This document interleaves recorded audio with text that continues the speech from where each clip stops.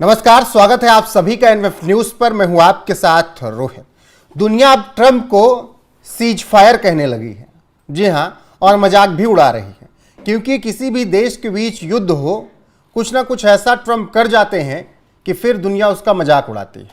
और अब तो इमैनुअल मैक्रों कह रहे हैं कि G7 की बैठक इसलिए छोड़कर ट्रंप भाग गए क्योंकि ट्रेड की धमकी देकर किसी देश में सीज फायर करवाना होगा। हालांकि ट्रंप ने कहा कि मैं अमेरिका क्यों आया हूं, यह पता होना चाहिए क्योंकि बहुत बड़ी तैयारी है। बात करेंगे इजराइल और ईरान युद्ध के बीच G7 की बैठक छोड़कर ट्रंप के जाने की वजह क्या रही।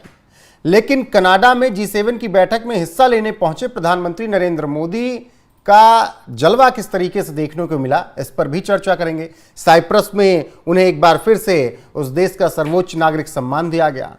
उनका बढ़ता रुतबा जो है दुनिया भर में, उसको देखकर अब भारत में जो उनका विरोध करने वाली कांग्रेस जैसी पार्टियां हैं, वो भी अब कह रही हैं कि गलती से हमने कुछ मुद्दों पर विरोध कर दिया था, विदेशी मामलों पर इस तरीके से विरोध नहीं करना चाहिए था।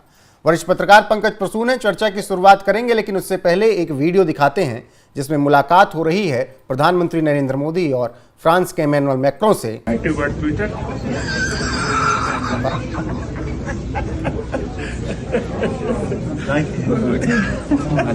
Mr. Minister, how are you? How are you? Happy to see you. How are you? Nice meeting you. How is everything? When did you arrive? Last night. मैं यहाँ पहुँचा। ये मुलाकात तब हो रही है पंकज जी जब मैक्रो ने ट्रंप का मजाक उड़ाया, उसके तुरंत बाद अजीत डोभाल भी नजर आ रहे थे। मजाक नहीं उड़ाया था, लिटरली। अरे ये कह देना कि गए होंगे ट्रेड की धमकी देकर सीज फायर करवाना मजाक ही तो है। तो इसलिए तो तिलमिला भी गए ना डोनाल्ड ट्रंप। उन्हें कहा कि मैक्रो को कुछ अंदाजा नहीं कि मैं क्यों आया हूं, और मैं G7 की बैठक से ज्यादा महत्वपूर्ण काम करने यहां आया हूं।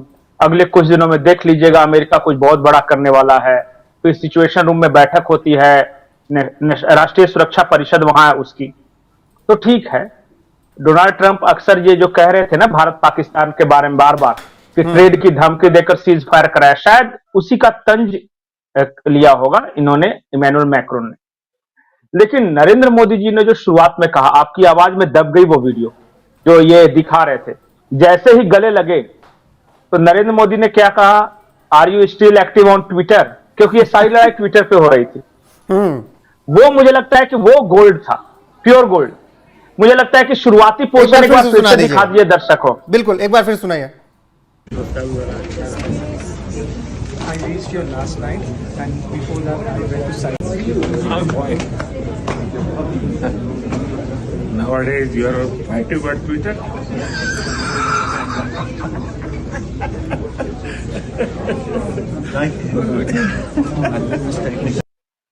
जी पंकज जी, इन्होंने कहा कि nowadays you are still active on Twitter, और जोर जोर से हंसने लगे दोनों।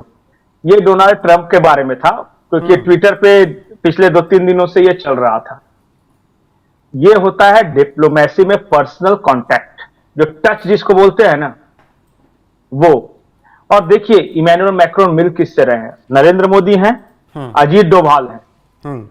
ये सिर्फ एक तस्वीर ये दिखाती है कि भारत और फ्रांस के रिश्ते कितनी गहराई तक है। भूल जाइए कि राफेल दिया, भूल जाइए कि फ्रांस ने हमेशा हमारी मदद की है, इवन ऑपरेशन सिंदूर के दौरान। लेकिन आप देखिए कि इस रिश्तों की गहराई में कि इमैनुअल मैक्रोन अमेरिका के प्रेसिडेंट पे तंज कर रहे हैं और भारत के प्रधानमंत्री जा रहे हैं, तो लिटरली दोनों एंजॉय कर रहे हैं उस चीज को। और अजीत डोभाल भी है राष्ट्रीय सुरक्षा सलाहकार। अजीत डोभाल के बारे में मुझे नहीं लगता है कि भारत में किसी को बताने की जरूरत है कि वो अगर हैं वहां तो किस गहराई से होंगे, क्या मकसद होगा। जी, यूरोप में फ्रांस हमारा सबसे बेहतरीन पार्टनर है। लेकिन ये मुलाकात दुनिया को बहुत कुछ संदेश देती है। बिल्कुल बिल्कुल बिल्कुल। वो लोग जो मजाक उड़ा रहे थे कि भारत तो कमजोर पड़ गया दुनिया के सामने, अरे इनका मैं बोलना नहीं चाहता इनके बारे में। ये जो आप शायद जयराम रमेश के बारे में बात कर रहे हैं ना, बहुत से ऐसे लोग हैं देश में। नहीं, बहुत सारे फेक खबरें भी फैलाई है। ये लिटरली भारत का मजाक जो उड़ता है ना, तो ये एंजॉय करते हैं। देखिए, एक फेक खबर फैलाई कि भारत को G7 की बैठक में नहीं बुलाया गया, वो फेक ही थी ना, झूठी साबित हो गई। उसके बाद दूसरी फेक खबर ये उड़ाई कि देखिए असीम मुनीर को बुलाया गया अमेरिका में, भारत को नहीं बुलाया गया, जबकि असीम मुनीर स्टेट गेस्ट नहीं है। लेकिन भारत के प्रधानमंत्री नरेंद्र मोदी को आज डोनाल्ड ट्रंप ने खुद फोन करके कहा कि क्या आप कनाडा से लौटते वक्त कुछ देर के लिए ही सही अमेरिका आ सकते हैं। इसके जवाब में प्रधानमंत्री नरेंद्र मोदी ने कहा कि सॉरी मिस्टर प्रेसिडेंट, मेरा शेड्यूल पहले से फिक्स है और टाइट है, तो इसमें थोड़ा मुश्किल होगा निकालना। यह होता है सच्चाई। अब इनको तो खिल्ली उड़ाना है दिल्ली में बैठे बैठे, न चुनाव लड़ना है एक भी। अच्छा, जयराम रमेश को चुनाव लड़ना है जिंदगी भर? कुछ नहीं करना है उनको। क्या वो इंटरनेशनल डिप्लोमेसी, उनका काम क्या है? 24 घंटे खिल्ली उड़ाना भारत के प्रधानमंत्री का, भारत के वैश्विक छवि का, यही काम बच गया है। They are acting like trollers. लेकिन केवल मैं जी पंकज जी, 2-3 दिनों से इन तस्वीरों पर चर्चा ज्यादा करते हैं। इमैनुअल मैक्रों, प्रधानमंत्री नरेंद्र मोदी की इस मुलाकात की चर्चा तो हो रही है, और जो आपने एक बहुत अच्छा पॉइंट उठाया कि ट्विटर का उन्होंने जिक्र किया, कह रहा हूं कि जब ट्विटर का जिक्र कर रहे हैं प्रधानमंत्री, तो ना सिर्फ ट्विटर पर जो चल रहा है उसकी वजह से नहीं, क्या वो मस्क को भी साध रहे हैं? वो भी बताने की कोशिश कर रहे हैं कि ट्रंप और मस्क में इस वक्त छिड़ी रखी है और ट्विटर पर बने रहिए आप।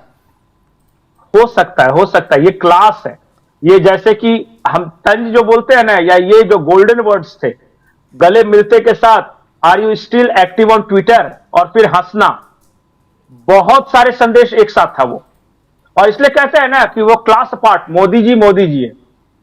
दुनिया का बहुत शायद कम ही ऐसे नेता होंगे जो इस तरह हंसी मजाक में इतनी बड़ी बात कह जाते होंगे, और सामने वाला झेप गए बेचारे। Thank you mister prime minister, उन्होंने कहा, वो समझ गए कि कहां पे मारा है, और वो भी हंसने लगे, मुस्कुराने लगे। ये है। एक और तस्वीर है, मुझे लगता है कि जब प्रधानमंत्री मिले G7 की बैठक के दौरान ही, वो है जॉर्जिया मेलोनी से। बिल्कुल, जॉर्जिया मेलोनी के साथ और प्रधानमंत्री जॉर्जिया मोदी मेलोनी की ने मुलाकात क्या कहा वो भी बहुत इंपॉर्टेंट। बिल्कुल दिखाइएगा, सुनाइएगा। I'm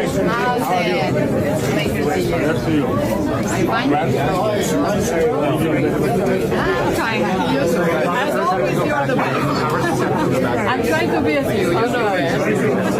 Excuse me.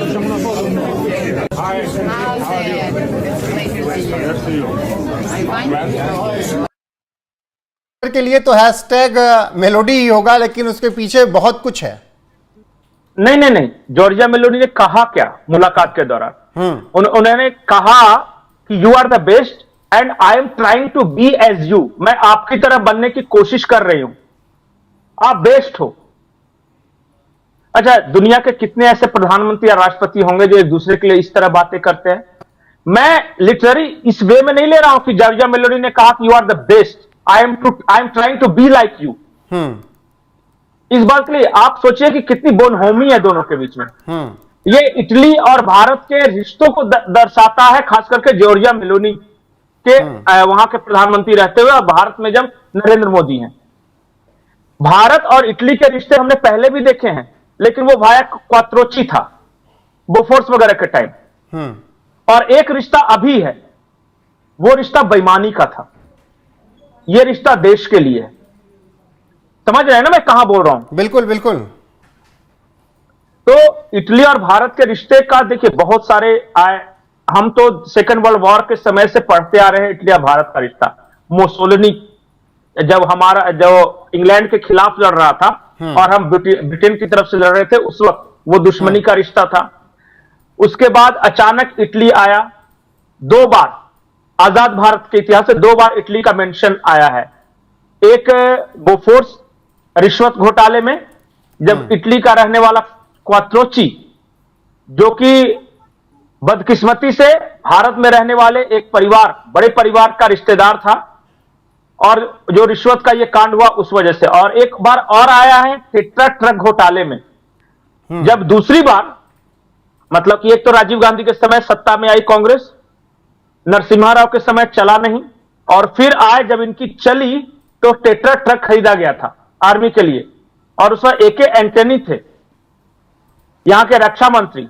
और उस वक्त भी एक रेडियो पे वैसे ही आया था, एक खबर आती है और बाद में पता चला टेट्रा घोटाले का पर्दाफाश होता है, वहां भी बीच में कमीशन खाने की बात थी और वहां भी इटली का कनेक्शन था। नहीं तो उस दौर में तो ये खूब बातें हुआ करती थी कि मतलब सबसे ज्यादा अगर कमीशन कहीं बनता है तो वो डिफेंस सेक्टर में ही बनता है, और इसीलिए डिफेंस सेक्टर में हर कोई सचिव बनना चाहता है, मंत्री बनना चाहता है। नहीं, और उस डिफेंस सेक्टर में बार बार रिश्वतखोरी के आरोपों का और इटली से क्या कनेक्शन है? आज भी है, इटली के साथ हमारे संबंध अच्छे हैं। जॉर्जिया मेलोनी और प्रधानमंत्री नरेंद्र मोदी के बीच जो दिखा रहे हैं, और ऐसा नहीं है कि सामने ही नहीं, जॉर्जिया मेलोनी ने पीठ पीछे भी कहा है। जॉर्जिया मेलोनी ने अपने देश में दुनिया के और देशों में ऐसी बातें कहती रहती हैं। और पंकज जी, ना सिर्फ जॉर्जिया मेलोनी, दुनिया के तमाम ऐसे देश हैं जो कि प्रधानमंत्री नरेंद्र मोदी को अपना सर्वोच्च नागरिक सम्मान दे रहे हैं। दिखाइएगा तस्वीरें कहां कहां पर कितनी बार अभी सर्वोच्च नागरिक सम्मान प्रधानमंत्री नरेंद्र मोदी को मिला। और 23 देशों में प्रधानमंत्री नरेंद्र मोदी को उस देश का सर्वोच्च नागरिक सम्मान मिल चुका है। विदेश में सर्वोच्च नागरिक सम्मान पाने वाले भारतीय पीएम में वो सबसे ऊपर है और बहुत बड़ा मार्जिन है। पंडित नेहरू को 2 देशों में मिला, इंदिरा गांधी को 2 देशों में, मनमोहन सिंह को 2 देशों में और राजीव गांधी को किसी भी देश में राजकीय सम्मान वहां का सर्वोच्च नहीं मिला। तो ये एक लिस्ट है और इसी लिस्ट को रखिएगा बगल में कि किस तरीके से प्रधानमंत्री नरेंद्र मोदी का सम्मान दुनिया कर रही है। पंकज जी, हम इससे पहले भी देख चुके हैं कि ऑस्ट्रेलिया के प्रधानमंत्री कहते हैं यू आर द बॉस। किसी और देश के प्रधानमंत्री, शायद सूडान में गए थे प्रधानमंत्री या कहां गए, तो वहां पर वहां के प्रधानमंत्री पैरों में झुक गए, पैर पकड़ लिया। और इसके अलावा हमने अभी साइप्रस में देखा कि साइप्रस की काउंसिल ने किस तरीके से प्रधानमंत्री नरेंद्र मोदी के पैर छुए और वहां पर भी सर्वोच्च साइप्रस का सम्मान मिला। और अगर यही काम कोई भारत में यही बात का सिर्फ मेंशन कर दे कि प्रधानमंत्री मोदी को इतना बड़ा विदेश में इतने सारे देशों में सर्वोच्च सम्मान मिला है, तो यहां तो भक्त कह देंगे। तो क्या कहेंगे? वो 23 देश मोदी के भक्त हैं जिन्होंने अपने देश का सर्वोच्च सम्मान दिया है, या गुआना का वो राष्ट्रपति मोदी का भक्त था जो पैर छू के प्रणाम कर रहा है, या साइप्रस की वो काउंसिलर भक्त थी जो मोदी का पैर छू के प्रणाम कर रही है। देखिए, रिस्पेक्ट अर्न किया जाता है। आप किसी की खिल्ली तोड़ा सकते हो, मजाक बना सकते हो, लेकिन खुद के लिए रिस्पेक्ट पा नहीं सकते। जिन लोगों ने प्रधानमंत्री नरेंद्र मोदी का मजाक उड़ाया इस देश में, उनकी हालत देखिए आज देश के अंदर भी, और फिर दुनिया में मोदी की स्थिति देखिए। और मोदी ने कभी नहीं कहा कि ये पर्सनली मोदी का ये सम्मान है, वो हमेशा कह रहे हैं कि ये भारत की बढ़ती शक्ति का सम्मान है, ये 123 करोड़ जनता का सम्मान है। आपने जो एक मुट्ठी बंद कर भारत को जो आगे ले जाने का जो दृढ़ प्रण लिया है ना, दुनिया उसका रिस्पेक्ट कर रही है। मोदी तो सिर्फ फेस है जी भारत का, वो तो ठीक है, आज प्रधानमंत्री मोदी है, कल को कोई दूसरा होगा, लेकिन ये रिस्पेक्ट भारत का है।